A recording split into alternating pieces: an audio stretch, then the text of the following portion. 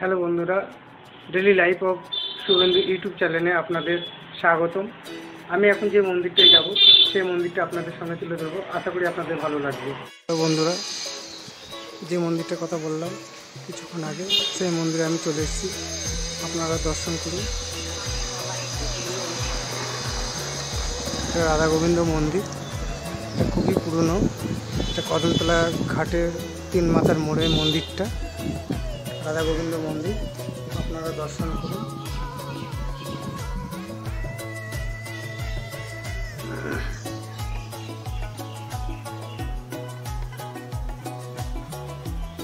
পাশে গোপালও আছে, দেখাচ্ছি আপনাদের। এই দেখুন, গোপাল মন্দির দেখাই আছে।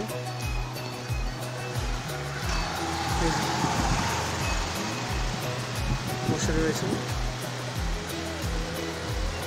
পাশে লোকনাথ বাবাও আছে।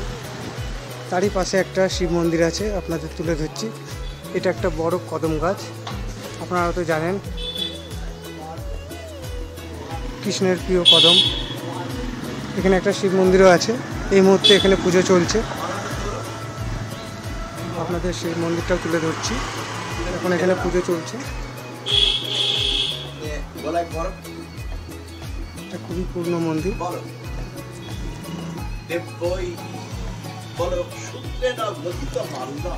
সামনে নদী আছে, নদীটাও আপনাদের সামনে তুলে ধরবো, আশা করি ভালো লাগবে।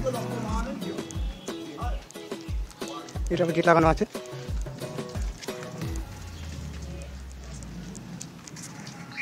এটা জলঙ্গি নদী বলা হয়।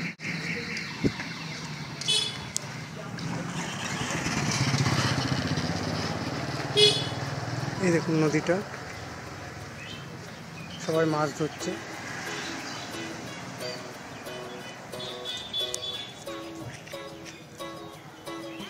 নদীগুলো ঠিকঠাক সংস্কারের জন্য দেখুন কি অবস্থা, কচুরিপানায় ভরে গেছে। এখানেও প্রচুর গাছপালা আছে। এখানে আমার ভিডিওটা সমাপ্ত করলাম। আমার বলা হয়নি, আমার এক দিদির বাড়িতে লোকনাথ পুজো, তা আমাকে বলেছিল আসবার জন্যে, তা আমার একটু লেট হয়ে গেছে। আবারও আমাকে ফোন করলো বলে আমি আসলাম, সেইটারই আমি ভিডিওটা তুলে ধরছি। এই যে লোকনাথ বাবা, ভিডিওটা খুবই ছোট তো, এই দেখুন বসে রয়েছেন লোকনাথ বাবা। পুজো হয়ে গেছে, এখানে যজ্ঞ হয়েছিল, দেখছেন এখনো ধোঁয়া উঠছে।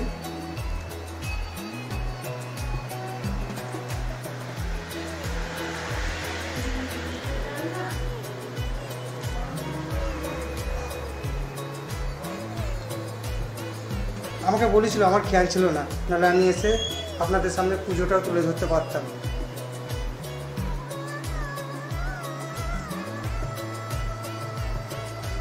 প্রতি বছরই পুজোটা হয়।